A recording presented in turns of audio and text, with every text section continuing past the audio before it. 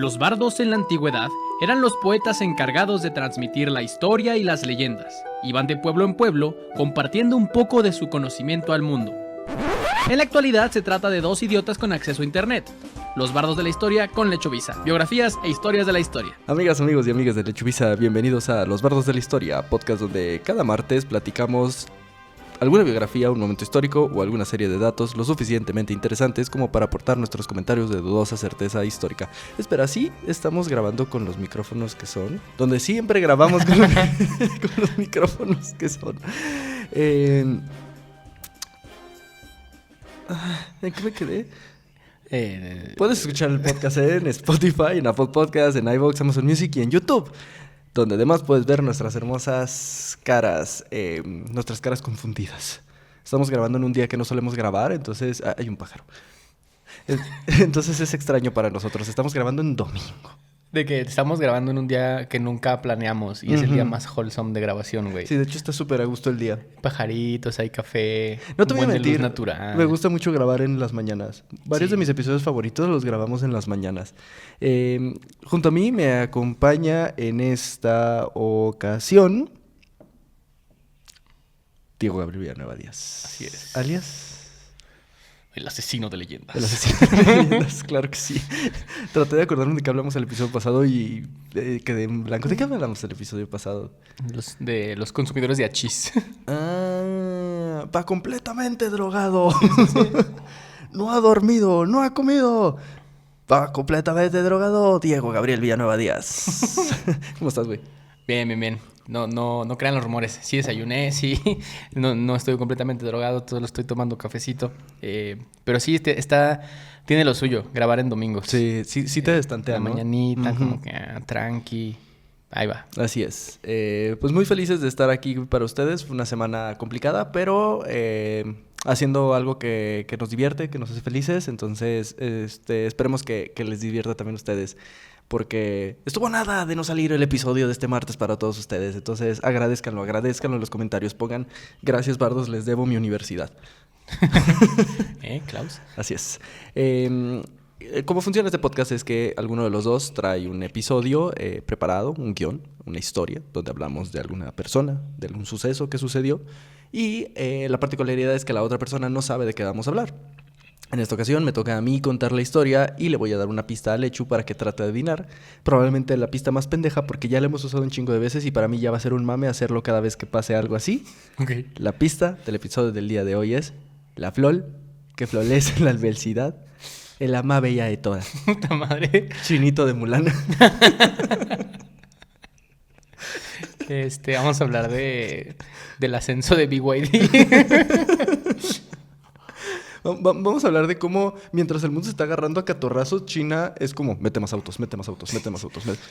¿Viste lo del carro que le estrellaron un misil y no le pasó nada? Sí. Nada, qué locura lo de los chinos, güey. Es que de verdad, los chinos encontraron la manera perfecta de sobrevivir a este mundo caótico. Es, construye un chingo de cosas, industrialízate y ten bombas atómicas para que cualquier cabrón que se acerque nomás le haces así. Sí. Y ya todos de que, ok, mira, nos podemos agarrar a vergazos, pero nadie se acerque a esa esquina. Y están los chinos así. Creo que vamos a hablar de... Y el nombre secreto del episodio es dos guisados con guarnición. Al oso pasta.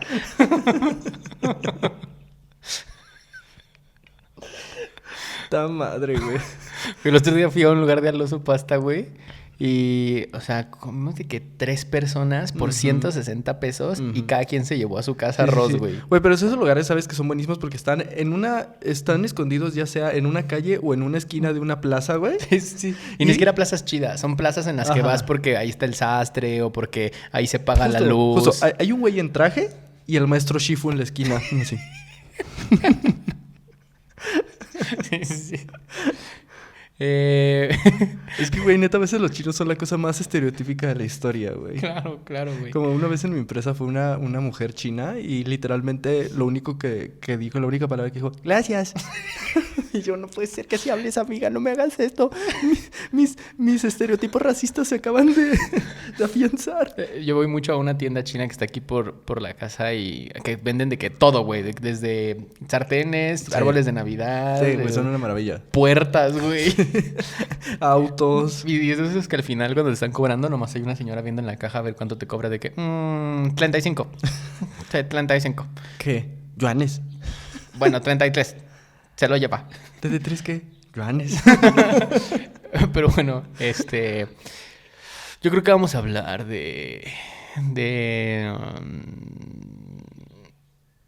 al chile. Espero que sea algo que tenga que ver con Mao. ¿Con Mao? Ajá. Ligeramente, pero no. Ok. Ujú, porque ese güey me daba miedo. Ok. Pero sí. Nuestra historia, vamos a entrar así de lleno. No hay... ¡Cállate, pájaro! No hay bueno, eso sería muy de Mao. Sí, sí, sí. ¡Maldito pájaro! Mira, Mao, ahí está el perico con el que siempre te peleas.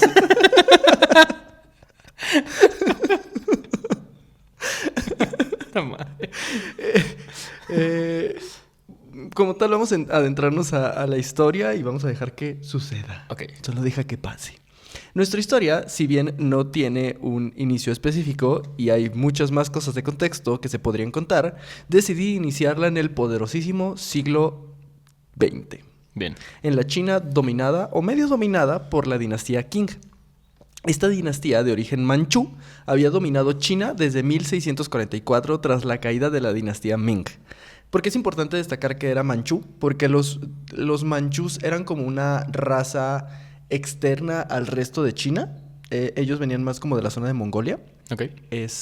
Lo cual era curioso para los chinos, pues, porque básicamente era como si el Imperio Azteca estuviera dominado por mayas, por algo así, pues, o sea, como que eran parte del territorio y tenían parte de la cultura, pero en realidad no eran de origen chino, Ya. pero dominaron 300 años, güey. Bajo su gobierno, China alcanzó la mayor extensión territorial de su historia y se habían enfrentado a los intereses económicos de las zonas y las intenciones expansionistas de las potencias europeas que en el siglo XIX incursionaron en el colonialismo 2.0. Una historia que contaremos otro día. Básicamente a estos güeyes les tocó lo peor de la nueva ola de expansión. Bajo la dinastía Qing fue que cayó el tema de la guerra de los boxers, por ejemplo. Y todo este pedo cuando las potencias europeas empezaron a meterse a toda Asia y que empezaron a hacer su desmadre y pues la dinastía trató de contener los esfuerzos expansionistas, ¿no? Sí.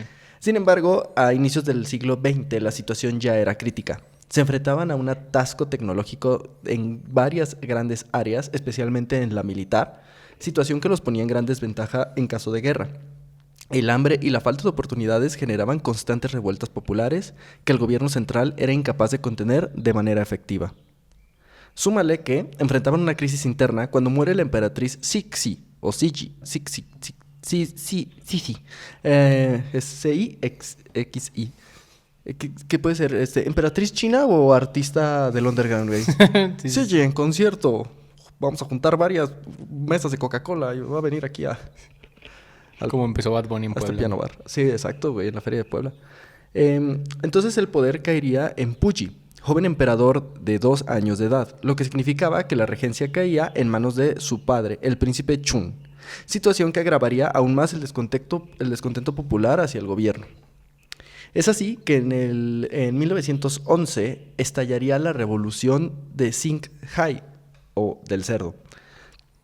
Pues aconteció justo en el año del cerdo del ciclo sexagenario del calendario chino. Ok. Ujú, la revolución del cerdo.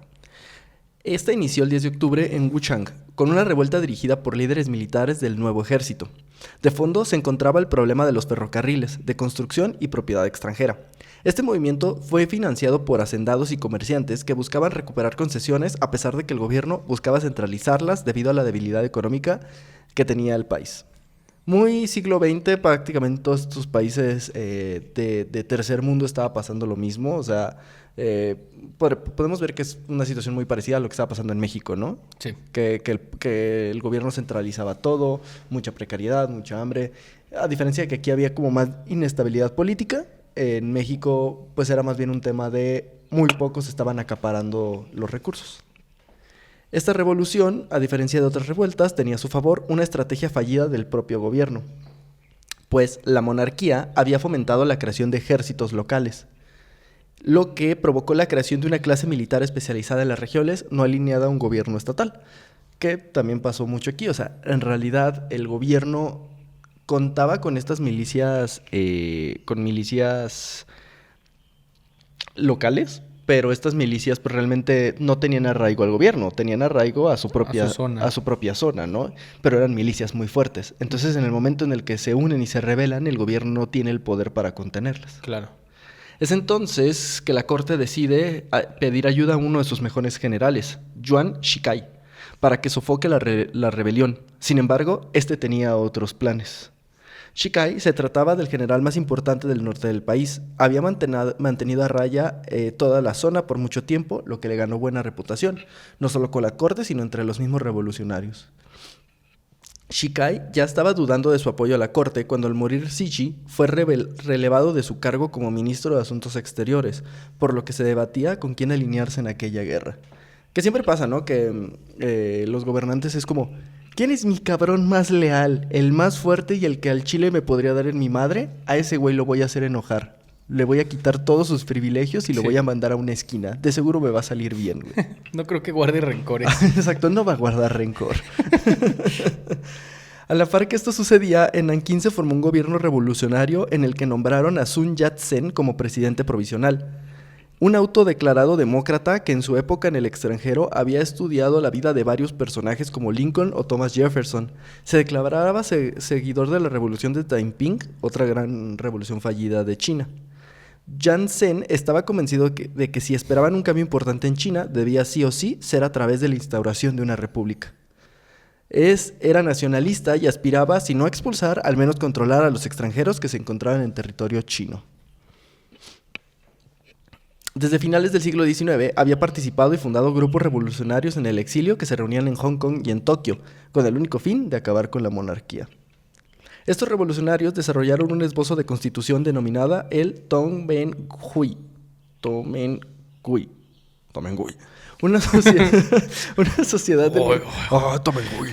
Una sociedad del mismo nombre que consiguió afianzarse dentro y fuera de China. Desde fuera consiguieron dinero para que al interior lucharan contra el sistema político. Ok. Qué padre, ¿no? Todo el pedo de las revoluciones del siglo XX. Justo el otro día escuchaba justo a los del Pasquín que decían, güey, las revoluciones del siglo XX ya no pueden volver a pasar aquí. Simplemente por la capacidad armamentista que tienen ya los estados. O sea, ya no era como estos güeyes, eran 30 pelados con machetes, güey. Se podía, güey, ¿sabes? Sí, ahora rebélate contra Rusia. Sí, contra drones, güey. Ajá. Sí, o contra bombas atómicas, como en los Juegos del Hambre. Sí, literal, de que, güey, yo estoy inconforme y el resto de campesinos estamos inconformes. ¡Tengo hambre! Dron, pum. Sí, le quedan nomás las patitas, güey. Misil rastreador, directo a Cuautla. Sí. Es que de verdad ya hasta nos volvimos huevones para la guerra, güey. O sea, qué pendejada que las guerras están ahorita peleando con controles de PlayStation y de Xbox, güey. Antes los cabrones se subían a su caballo y tenían que ir a picotearse con otros cabrones, güey. Deberíamos de volver a eso. Deberíamos de prohibir los drones, güey. Y ahora sí, sí, le tienes mucho coraje a esos cabrones. Súbete a tu caballo, güey. Cabalga hasta Terán. Lo que te meterán, güey. Lo que te meterán.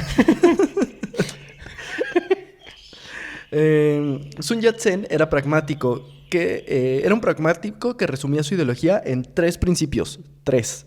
Nacionalismo, democracia y bienestar. Básicamente cualquier pinche gobierno de toda la historia. En menos de un mes, 12 provincias se habían sumado a la causa revolucionaria. Los Qing estaban aletargados, pensaron que aquellas solo serían altercados locales y no le dieron gran importancia. No creo que pase a mayores. No va a pasar nada, no creo que guarden Lecol. Lo que terminó siendo un gran error. Guardaron Lecol. Evidentemente guardaron Lecol. Calajo. En noviembre se realizó un consejo revolucionario en donde se nombró a Sun Yat-sen como presidente provisional de la nueva república, cargo que aceptó en enero de 1912 al regresar del exilio. Es que esta es la diferencia entre el AMLO del 2006 y estos revolucionarios, güey.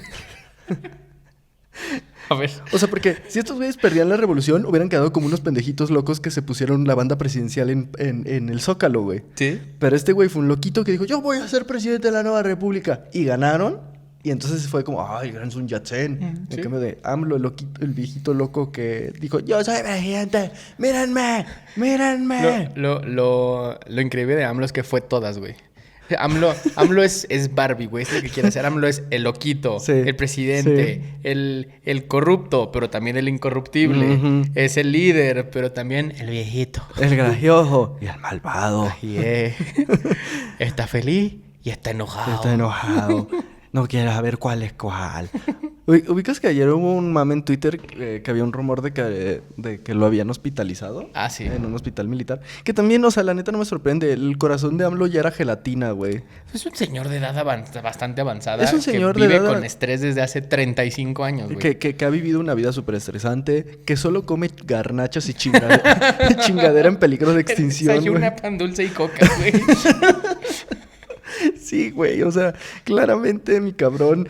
Y, güey, ya había tenido ya le habían hecho una mamada en el estómago, en el corazón. Le habían puesto.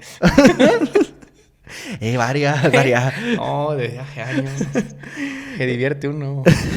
No, güey, le habían puesto un marcapasos, creo, porque ya había tenido un ataque cardíaco como en el 2023. Luego le dio COVID como 6 veces. Sí. Porque el cabrón se negaba a ponerse como acá.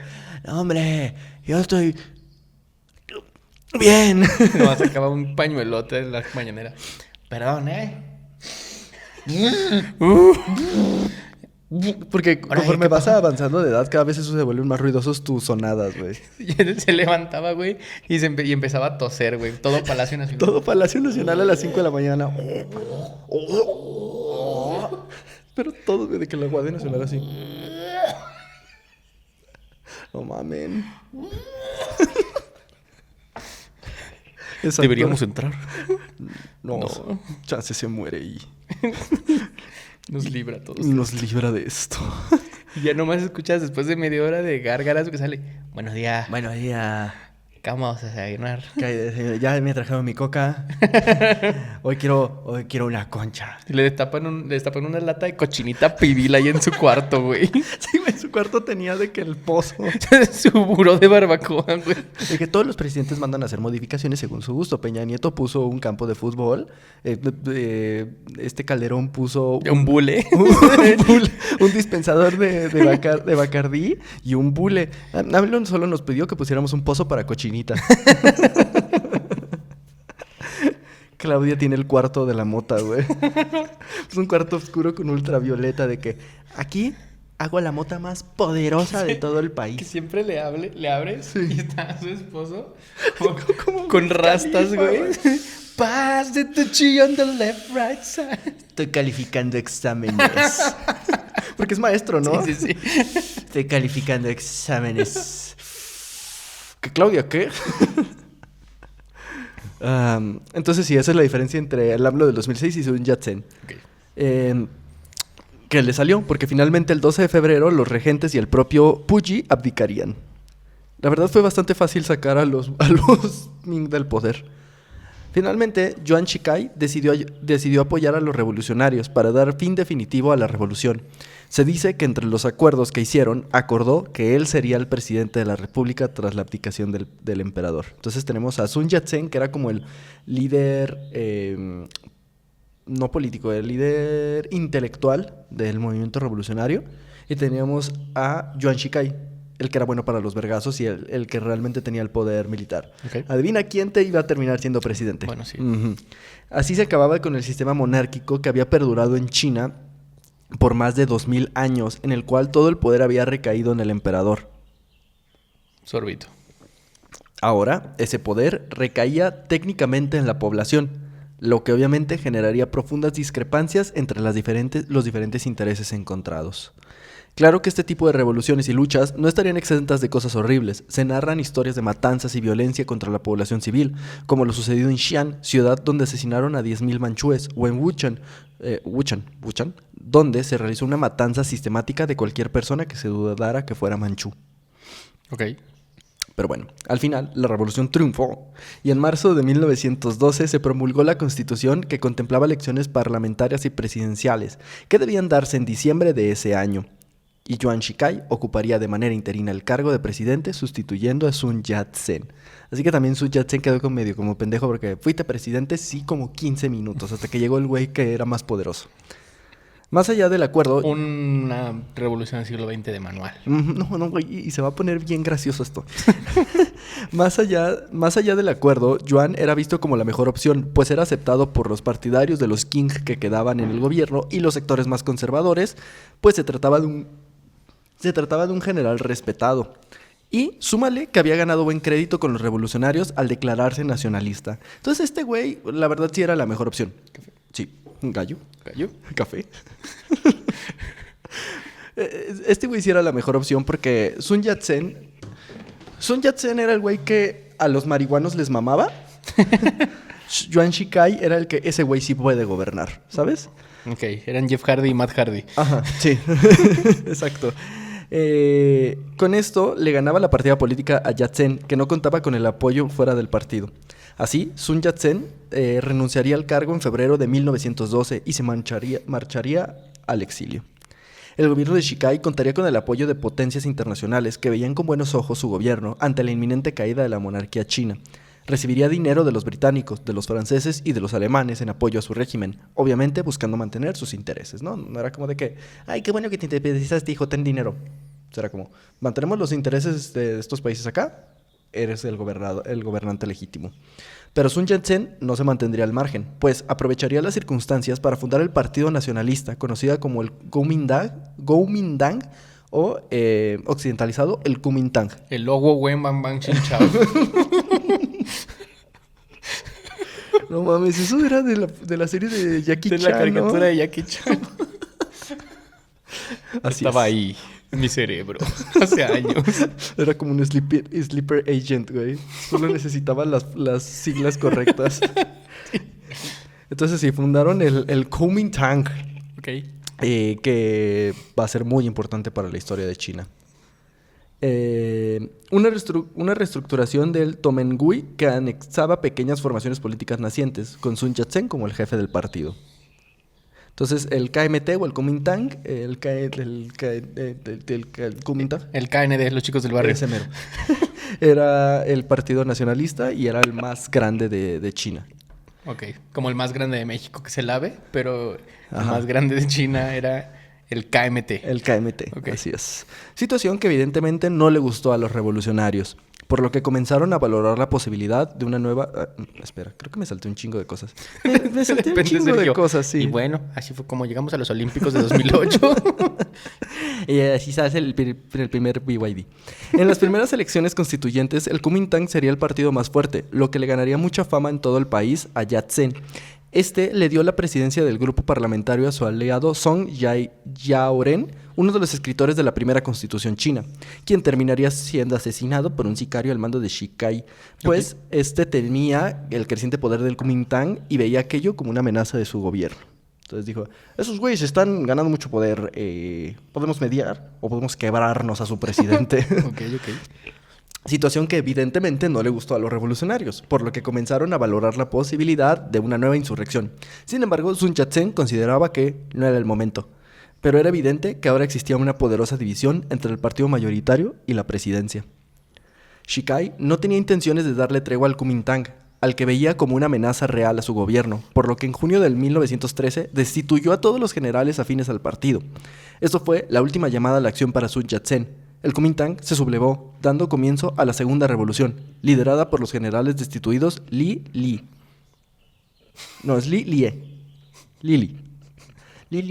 Esta revolución, pese a contar con el apoyo de las provincias del sur, fue sofocada de manera rápida. Ok. Pendejos no duran nada. Shikai terminó controlando las provincias de Nanking, Shaanxi y Sun Yat-sen tuvo que huir a Japón y el presidente Shikai fue investido en octubre de 1913. Verdaderamente, entre más se la mamaban, Más le crece. más le crece. Shikai gobernó con mano dura, sabiéndose respaldado por Alemania, Estados Unidos, Reino Unido, Rusia y Japón. ¿Sabes que si esos cabrones te respaldan, eres el diablo, güey? O sea... Por ejemplo. Se llevaron a cambio medidas represivas contra operativos como establecimiento de una ley marcial o el cierre de varias revistas, así como el asesinato de miles de personas.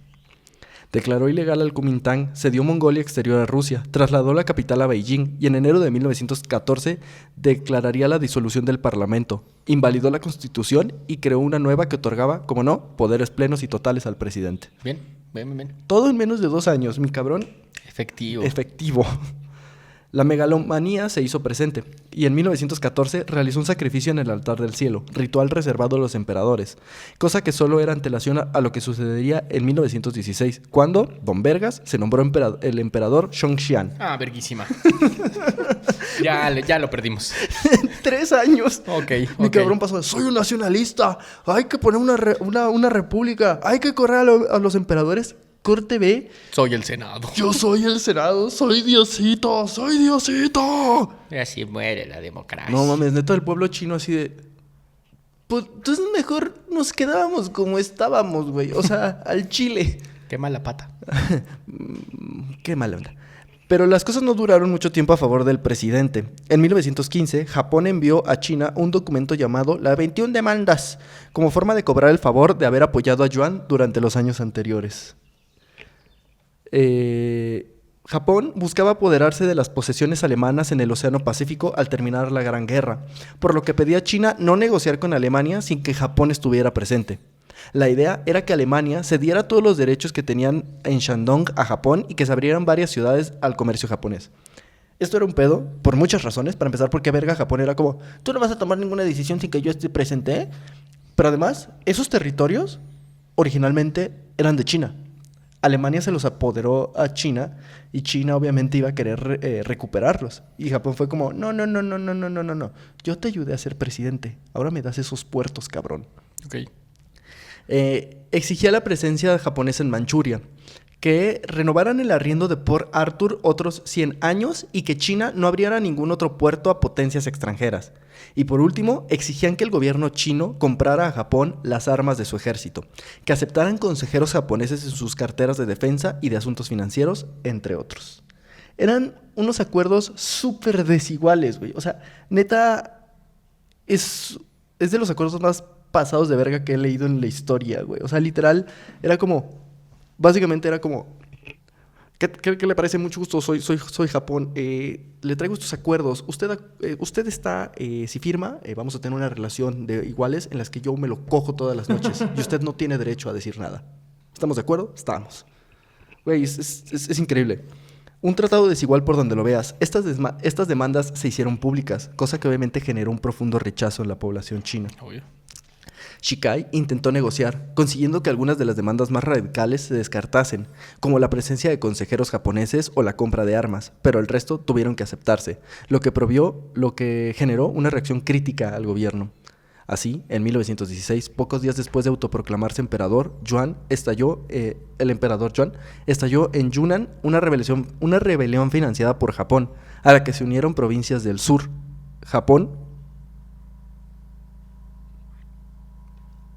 Japón buscaba desestabilizar a China, esperando mantener el control que tenían sobre ella. ¿Qué es eso?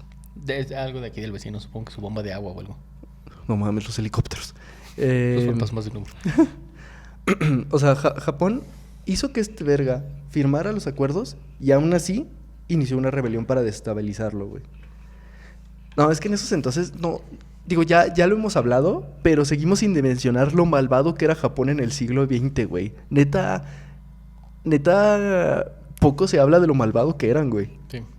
Yuan se había quedado solo y terminó renunciando a finales de febrero de 1916 y moriría más adelante en un año. Cuenta ya cuántos cabrones van a ir perdiendo el poder. Ajá. Pero la situación de China estaba pa' la verga, güey. El Kuomintang había sido ilegalizado. Sun Yat-sen se encontraba en el exilio. Y el intento revolucionario había sumado al país en una crisis imposible de predecir. O sea, en realidad, el presidente renunció sin que supiera hubiera un sucesor. Sí, o sea, los dejó en un vacío de poder absoluto. Sí. Ante la ausencia de un gobierno central fuerte, los caudillos locales y sus ejércitos se hicieron con el control de las provincias, inaugurando un nuevo periodo conocido como el de los señores de la guerra. En esta etapa sí había presidente y un poder central, pero prácticamente solo controlaba Beijing y sus alrededores. Quienes gobernaban el resto del país eran los militares, que dirigían sus propios ejércitos y que, con tan poca capacidad que tenía el Estado, estos güeyes tomaron áreas como la administración o la economía de territorio. Básicamente China se fragmentó en regiones con sus ejércitos propios, con sus gobiernos propios, que estaban en constante guerra para tratar de controlar más territorio, güey. Literal, como un retroceso a épocas feudalistas de China, güey. O sea, qué cagado. Qué cabrón justo te iba a decir eso, lo avanzado que ya estábamos en el tiempo. O sea, esto es hace menos de 100 años y seguía funcionando esta China poquito más de feudal y territorial. Sí, que uno asociaría a la China de hace 500 años, sí, a la Europa güey. de hace 600 años. Sí, está muy, muy cabrón, güey. Cómo se volvieron a caer en esto. Y estaba muy cabrón, güey, porque obviamente había muchísima inestabilidad y habían guerras constantes. Porque los señores de la guerra trataban de controlar toda China, pero no podían, güey. Solo eran batallas constantes y guerras. Es como si aquí en México, al momento en el que muere Madero, Huerta no se queda. Y tenemos de que el gobierno del norte por Pancho Villa y que Dios los agarre persinados. El gobierno del sur por Emiliano Zapata. El gobierno de occidente por este pendejo. Y el gobierno de Coahuila por Carranza, güey. Y que entre ellos, o sea, sí se empezaron a agarrar en vergazos, pero todavía había un gobierno central. O sea, todavía estaba la figura del gobierno central. Sí. Pero sí me recuerda un poco a la Revolución Mexicana. Qué cabrón también como, o sea, no sé, como que asociamos el hecho de que exista un gobierno como, güey, pues llegan a todas partes, o sea, a todo mundo nos llega el gobierno, pero sigue siendo muy importante y a la fecha el pedo de, mientras más grande es tu país, más difícil es afianzar al gobierno, güey. En lugares como China, que es un chingo de población, además es un país enorme, sigue siendo sumamente complicado. En Rusia ni se diga, ¿no? El territorio más grande de este mundo, pero además muchos de esos territorios inhóspitos y alejados de las capitales, güey. Creo que el concepto de los estados aglomeradores de no solo de cultura, sino de poder fáctico, de poder del uso de la fuerza, no es tan nuevo como creemos. O sea, y se me hace muy cabrón. O sea, que era un poco algo que se platicó ahora que fue todo que se hicieron sus graciosadas aquí en Jalisco. Que era durante cierto momento se temió que el Estado no fuera capaz de controlar la situación. Y después se comprobó que sí. O sea, que evidentemente, aunque se desestabilizó, no hay mucho que se le pueda hacer cuando el Estado genuinamente quiere controlar la situación. Y es cuando dices, no, o sea, sí, estos güeyes tendrán mucho poder de armamento y lo que sea, pero no se le compara al Estado. O sea, es una locura ya justamente esto. O sea, el poder de un Estado. Al monopolio organizado de la fuerza pública, además desde hace siglos consolidado, ¿no? Sí, exacto. Pero también, o sea, justo lo que dices de cómo lo consolidan los estados, la fuerza. Siento que es muy fácil hablar de cuando un gobierno o un estado tiene súper controlado su territorio cuando son tipo los territorios europeos. Que dicen, es como, no, pues es que, no sé, el estado llega a todas partes, digamos, en Francia y que ni así, ¿no? Pues sí, pero Francia mide lo que la colonia del Valle, pero a ver, domina India, güey. Sí.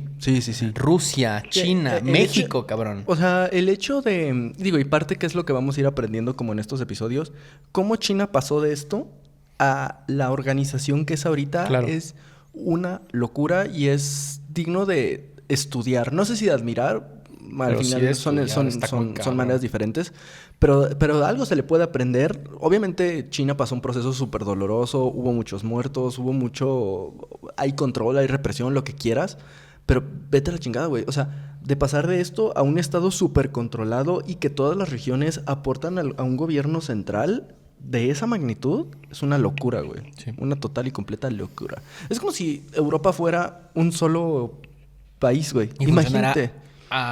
Como reloj. Como reloj, güey. Claro. Está muy cabrón. Los militares afines al presidente depuesto intentaron dar un paso al frente para tomar el poder del país. Sin embargo, también había generales opositores a Shikai. Adicional, otros bandos se fragmentaron, separándose en nuevas camarillas que contaban con el apoyo de intereses extranjeros. Por ejemplo, Japón apoyaba a un militar llamado Zhang Soulin, quien extendía su control sobre Manchuria. Entonces también este era el otro pedo. Cada país agarró su gallo de que, yo le voy a este cabrón, yo le meto dinero a este cabrón, yo le meto dinero a este cabrón. Entonces no había uno que lograra dominar al resto, güey.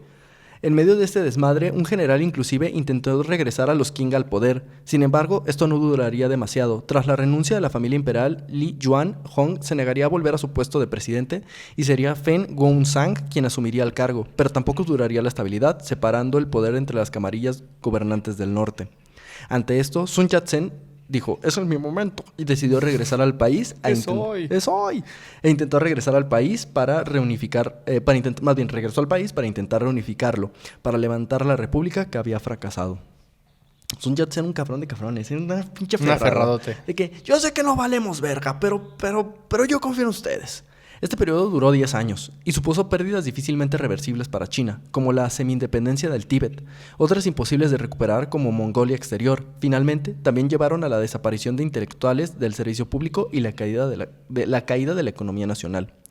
Sin embargo, también la producción cultural creció, ya que ante la ausencia de censura por parte de un gobierno central, las provincias tenían distintas leyes de libertad intelectual. En ese contexto ocurriría la Conferencia de París en 1919, en la que todas las potencias involucradas en la guerra se reunieron para decidir las sanciones a las naciones que perdieron y se repartirían los beneficios de la victoria. De ahí nacería el Tratado de Versalles. Otros pasados de verga. Sí, una pasadez de verga tras otra. China acudió como ¿aliado? Bueno, es que sí escribí aliade, no sé por qué. De Gran Bretaña, Francia y Estados Unidos, exigiendo la soberanía sobre Shandong, perdida un siglo antes ante Alemania. Sin embargo, Japón también estaba ahí y con la ventaja de haber participado activamente en el conflicto. Debido a esto, se premió a Japón con la concesión de todos los territorios recuperados en el Pacífico a Alemania, incluyendo Shandong. O sea, China sí fue como de que, oigan, yo fui su aliado, esos güeyes me habían robado cosas, ¿creen que me las puedan devolver? Y llegó Japón, güey, con la verga de fuera. Pero yo sí le entré a los vergazos. Sí. Y claramente Gran Bretaña, Francia y Estados Unidos fue como, nos vale verga, dénselo a Japón. China no tuvo de otra y se vieron obligados a firmar los acuerdos. Esta situación provocó revuelo en el país y las protestas comenzaron el 4 de mayo de 1919. 3,000 estudiantes de la Universidad de Beijing y de otras instituciones se reunieron en la plaza de Tiananmen para reclamar que el gobierno no cumpliera las demandas japonesas y a renunciar al Tratado de Versalles. Se prendió fuego a la casa de Cao Rulin, el enviado a París como representante de la República y uno de los encargados de firmar las demandas japonesas. Eso es algo que ya se ha perdido, güey. El de quemar la casa de los cabrones que firman pendejadas, güey. ¿Sabes lo bello que sería? O sea, te digo, sácalos de la casa. O sea, no te digo que les hagas daño a ellos. Sí. Pero tienen dinero. Se van a recuperar de la pérdida material. Pero el impacto de... ¿No me vas a firmar las 40 horas, cabrón? Sí, la neta necesitamos más política simbólica, güey. O sea, ya... ¿Por qué ya no estamos escupiendo en tumbas? ¿Sabes? Pues sí. Eso estaba muy bien. Sí, ¿por qué no sacamos cadáveres y paseamos la pierna del cabrón, güey? Sí, o sea, sí. ¿A quién le estás haciendo daño? A nadie. Pero el daño psicológico... Claro. Y es lo mismo, güey. O sea, imagínate estos cabrones que firman en sus mamadas de... Justo, de que no a las 40 horas o que... No sé, güey. Cosas que dañan a la población, güey. De que, no sé, leyes antiaborto. Cosas así que dices de que, güey, chinguen a su madre. Me cae muy bien una diputada local que cada vez que el partido... de mayor poder local aquí en Jalisco vota en contra de alguna agenda de que en pro de los derechos LGBT, en pro de la control a las rentas. Dice, pues la votación quedó aquí, le toman foto a las votaciones, la sube y etiqueta a todos los de la oposición de que vayan a decirles. Vayan a decirles, claro, totalmente, güey, porque eso es hacerlos responsables. Sí. Y es que les dé miedo tomar una decisión, porque es muy fácil simplemente picar un botón, güey, o sea, estos pendejos pican un botón de sí o no y eso termina teniendo implicaciones enormes en la vida de miles de personas, güey. Sí. Que esa implicación les caiga a ellos también, güey. Tienes que hacer, creo que según yo no hay una palabra en español directamente para eso, pero tienes que ser accountable. Accountable, güey. De tu labor, güey. De tu labor, güey. Yo por eso me maman las morras del 8M, güey, que salen a quemar cosas. Es como, sí, quemen cosas, güey. O sea, pues sí, güey, claro. O sea, más bien, más cabrones deberíamos de animarnos a ir a quemar cosas, güey. Estamos quemando pocas cosas. Estamos quemando pocas cosas. A diferencia de la presidencia en Palacio Nacional. Ayer estaba justamente hablando de universidades y así, de que una familiar va a la universidad y pues se le pasan de verga a sus coordinadores. De que no hacen su chamba y así. Le estaban diciendo de que, pero es que ya le reclamaste, ya fuiste, ya le hablaste con la directora. Y le decía, no, es que tenemos que aprender de las universidades públicas de este país. ¿Sabes qué es lo que hubiera pasado en la UNAM? Nos vamos a paro y le secuestramos el perro. Sí. Sí, totalmente. La gente tiene que aprender. O sea, es mínima provocación, paro. Los posts de Instagram del Pug sentado así en el auditorio. Sí, güey. Y no vamos a liberar el auditorio hasta que nos vuelvan a revalidar el examen. Ni auditorio si no hay dignidad para los maestros. Sí, güey. La gente necesita ser más verguera. Tenemos que ser más vergueros. Solo así se pueden conseguir cosas, güey. Como era de esperarse, el gobierno respondió con violencia a las protestas generadas por el movimiento que se propagaron a otras ciudades. A esto se sumó un paro de actividades de trabajadores de fábricas en apoyo a la protesta. En París, un grupo de emigrantes chinos rodearon la residencia de la delegación china pidiendo la no firma del documento. ¡No filma! ¡No firma del documento! ¡No filmemos! Gracias. ¡No y se van. filmemos! No cámaras, dicen. No, pues no grabamos, no hay pedo.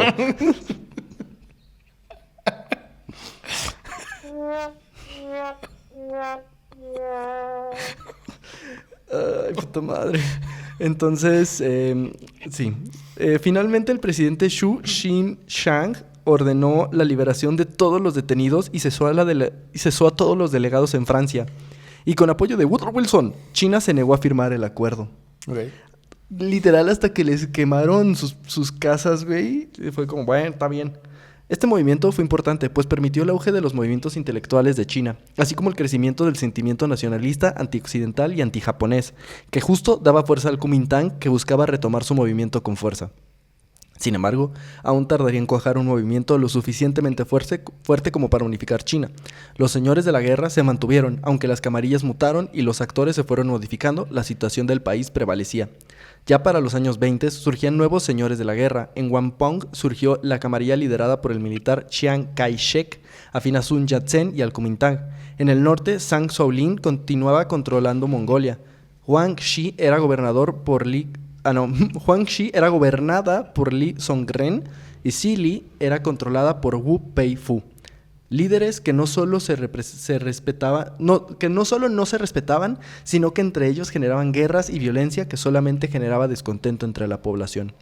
El sur era particularmente problemático. Ahí se estaba armando una actividad revolucionaria bastante fuerte, pues las diferentes entidades militares políticas de la zona se negaron a reconocer a los diferentes presidentes que ocupaban el cargo en Beijing. Sun Yat-sen organizó un gobierno con ayuda de miembros del partido en Cantón con el objetivo de defender la Constitución de 1812, gobierno que fue adoptado por las provincias del sur. Sin embargo, al contrario de los gobiernos del norte, no tenían apoyo internacional. Hubieron algunas rebeliones que no supusieron amenaza real al partido, y en 1923 afianzaron aún más su poder cuando estrecharon lazos con una nación emergente, la Unión Soviética. Ay, cabrón. Sí, se unieron a la Unión Soviética. En 1924, tras terminar con el resto de las camarillas del sur, Sun Yat-sen, con apoyo de otros grupos, lanzaría una ofensiva contra el resto de los señores de la guerra, que caían y se instalaban como nuevos gobernantes de manera constante. Para este contexto, debemos hablar entonces de lo sucedido un poco antes, en 1921. Pues en 1921 se fundó en China el Partido Comunista, siendo dos de sus figuras claves Chan Duxiu y Li Das-hao, siendo Duxiu el secretario general del partido. El partido contaba con el apoyo de la Unión Soviética, quienes de manera directa le brindaban directrices a los líderes con el fin de hacerlo crecer y aumentar sus simpatizantes. Justo una de las estrategias fue buscar una alianza con el Partido Nacionalista Kuomintang, que si bien no compartían fondos, sí tenían los suficientes puntos en común como para construir una alianza momentánea que le permitía fortalecerse mutuamente.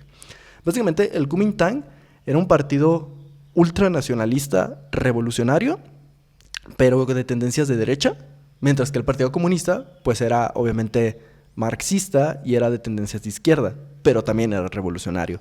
Entonces era como, ok, por ahora creo que nuestros motivos se alinean. Claro.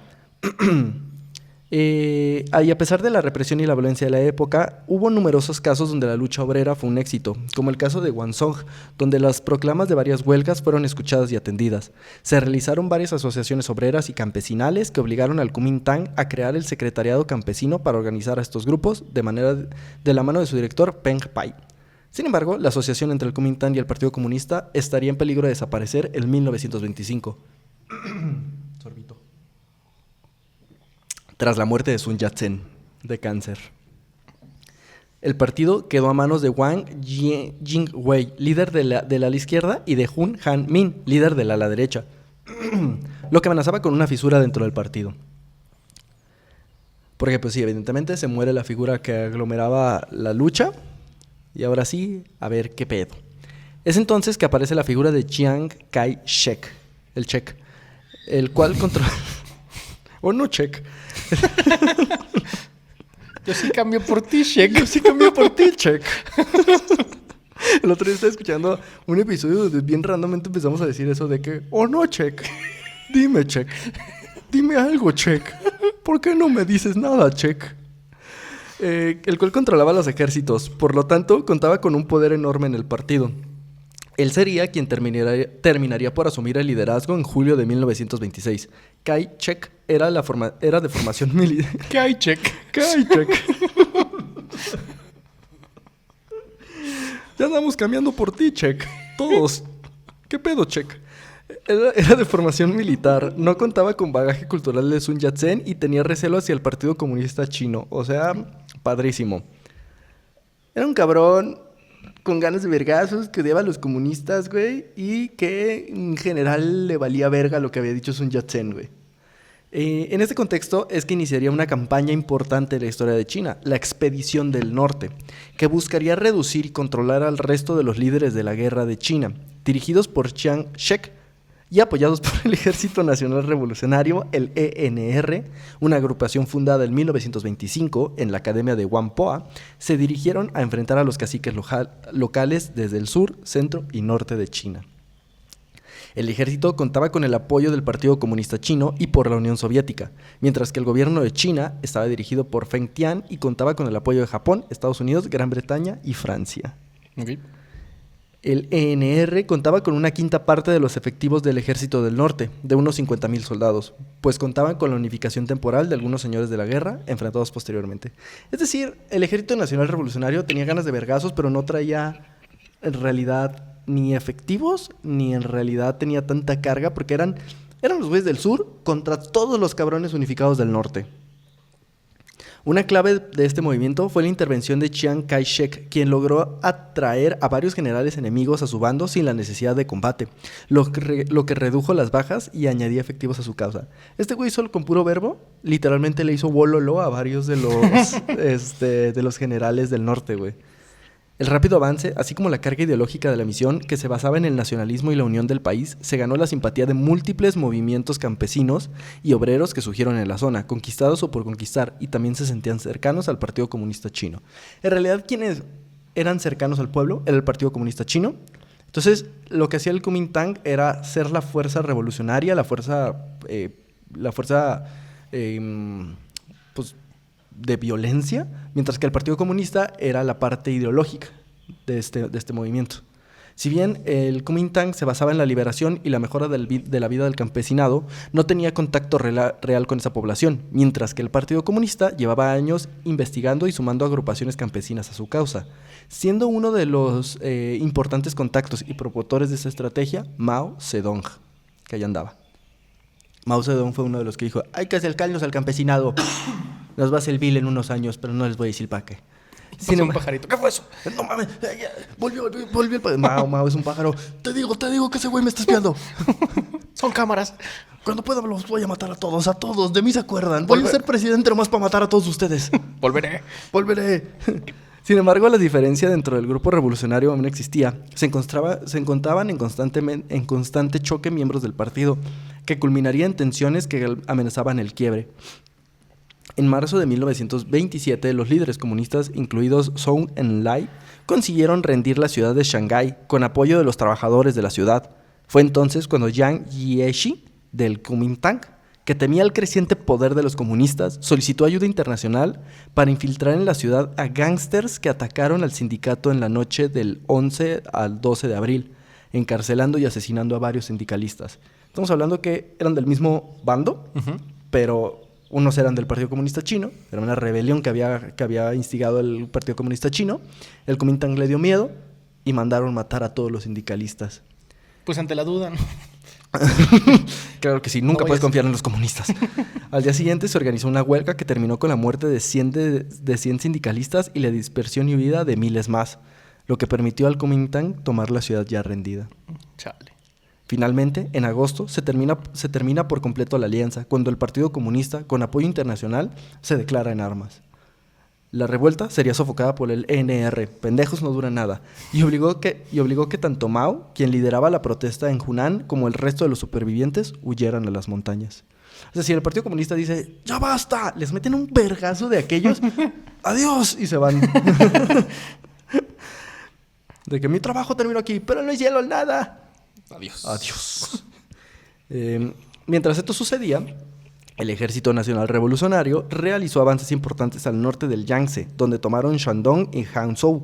Sin embargo, tuvieron que aguantar hasta 1928, debido a las bajas y a la pérdida del Partido Comunista Chino en sus filas.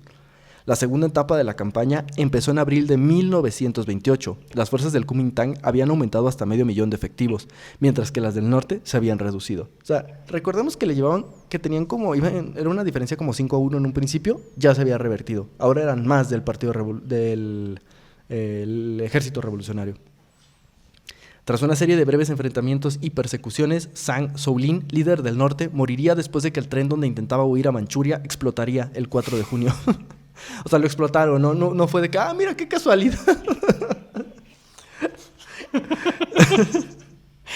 Hubiera estado culerísimo si fuera casualidad. No mames, imagínate, güey. Neta, de esas coincidencias de la historia. No mames, se nos fue. ¡Pah! ¡A huevo! ¡A huevo, pendejo! ¡Te dije, a huevo, a huevo! De que el cabrón más disco del mundo le explota el boiler, güey. Sí, güey, casi se hubiera muerto de que el mencho, güey. De que fuga de gas. Sí, iba a ser su huevito. De que no mames, se cayó en un bache, güey. Se mató. No, es que además el hecho de que explotó, güey. De que no mames, llegamos tarde, güey. O sea, más bien le aplicaron un... ¡No mames! ¡A huevo! Le aplicaron un... ¡No, a Polonia, no! Sí. Sí, o sea, obviamente miembros también revolucionarios pusieron una bomba en el tren donde iba. Ya. Mientras las tropas nacionalistas entraban a Beijing. De este modo, terminaba el periodo de los señores de la guerra, dando paso a un único gobierno que contaría con apoyo internacional y lograría por fin tomar el poder total de China. Chiang Kai-shek, el Chek, no contaría con ninguna posición real, por lo cual pudo asegurar estabilidad política y gozar de una momentánea paz para establecer su gobierno e intentar modernizar a China. Sin embargo, aún quedaba un cabo suelto, que no tardaría mucho en renacer, y ante el abandono de Kai-shek de las luchas sociales, buscaría renacer. Yes. El Partido Comunista Chino. Allá en la montaña. Allá en la montaña seguían viéndolos, esperando. Pero eso será para otro día. Tarararán, tan.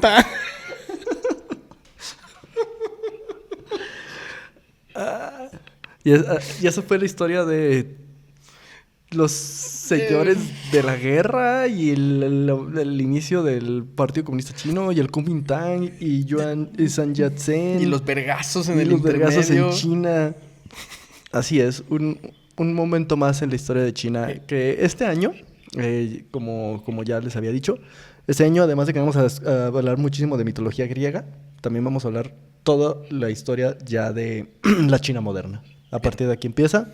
Después de esto se cruza el episodio que ya hablamos de la guerra de la Segunda Guerra Mundial en China. Pero en ese inter vamos a tener un episodio interesante sobre cómo el Partido Comunista China, de estar en la puta basura, terminó siendo el gobernante de China e instaurando la República China. ¿Qué te parece?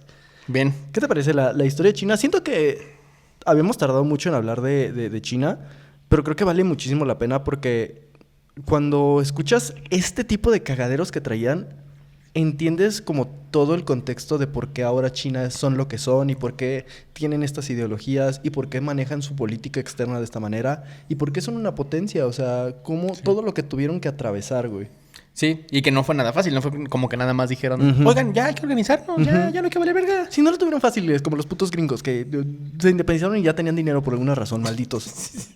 No, pues sí, la neta sí está interesante porque además, como cualquiera de estos bloques tan fuertes de gobierno, hay muchas subhistorias de dónde abordarlo, ¿no? Sí. Creo que lo mismo pasaría, por ejemplo, si habláramos de la Unión Soviética, lo mismo pasaría si habláramos de justo de Estados Unidos, ¿no? Sí. Como de qué pequeñas historias te narran lo que era el poder de estos cabrones. Me parece bien. Entonces, en siguientes episodios hablaremos ya de lleno de Mao Zedong, del Partido Comunista Chino, de cómo a Chiang Kai-shek ahorita andaba muy verguero y de que yo soy el mero verga y no le va a ir tan bien. Para que aprovechen esta serie, manden un correo lechubiza@gmail para que nos patrocine Kin. Estará increíble el siguiente episodio que nomás escuchen por estar comiendo pollito Kin. Así es. Y pues nada, esperemos que les haya gustado este episodio sobre ¿de qué hablé? ¿De China? ¿Qué verga acabo de decir? Que lo vayan escuchando en su BYD, en su Geely, en su Jack, en su... ¿Qué otros es China? Hay como 600, güey. En su Omoda, en su Chirei, en ¿Omoda su también es chino? GWC, en su GAC. Es que hay Jack y Jack. Sí, en cualquiera de esos. Si nos está escuchando alguno de esos, mándanos En cualquiera de estos carros y cuando los prendes le hacen ¡ay, ay, ay! Así es. Queremos dar un agradecimiento especial para las personas que nos mantienen aquí cada semana, que nos mantienen motivados, que nos mantienen con los pies en la tierra, los Patreons. Así es. Y que son nada más y nada menos que las siguientes personas. Espero estén listos. Son Mateo Bifulco, Ariel Alvarado, Bruno Valles, Héctor Israel, Andrés Arguín, Hugo Valencia, Eric Pérez, Umbulto, Alejandro Montoya, Ramiro Cotarelo, Espardades, Orlando Sosacanto, Javier Jara, Cian Yadonis, Sammy Cuestas, El Chacal Esparza, Fernando Hernández, César Alejandro, Fritznia e Isaac Sánchez. Bravo. Muchas gracias a todos ustedes y que se suman también a las personas que son miembros oficiales del canal de YouTube. Bravo. Sergio Ortiz. Bravo. Luna. Bravo. Fernanda Lara. Bravo. Esparta el Destructor. Bravo. Leonardo Joel Cruz. Majo. Yuri León. Doflamanga. Esteban Conejo. Alejandro Pérez. Isaac Sánchez, que al parecer está en los dos. Excelente, Isaac. Muchas gracias. Todas estas personas hacen posible que siga existiendo el podcast. Por ustedes tragamos. Yo por ustedes trago. Y en general, muchísimas gracias a todas las personas que nos escuchan, que nos dejan comentarios. Recuerden compartir el podcast en todas sus redes sociales. Y pues nada, nosotros fuimos los varos de la historia. Nos vamos, pero no sin antes recordarles que la flor que florece en la adversidad es la más bella de todas. El güey que me vendió mi BYD. Al oso pasta. Al oso palsa. Solo pueden ser dos. O sea, no. O sea, guisado. No, bueno. Perdón, el español es mi primer idioma. ¿Te puedo mostrar el guisado del mes? Aquí les pollo a la naranja. Puta madre. Qué original, cablón. Ahí tenemos a todo el cablón haciendo su pollito teriyaki. No, tú a huevo quieres el pollo a la naranja. Eres un maldito desagradecido. ¿Quieres probar el bistec con verduras? ¿No? Por favor. Hijo de pela, no sobrevivimos a los señores de la guerra para que no quieras comer nuestra comida. Maldita sea. Está bien, pollo a la naranja. Cabrón, eres un güey universitario de México que trabaja en King. Deja de hablar así por el amor de Dios. Oye, cabrón, vas a la universidad conmigo. Te llamas Jorge. Adiós.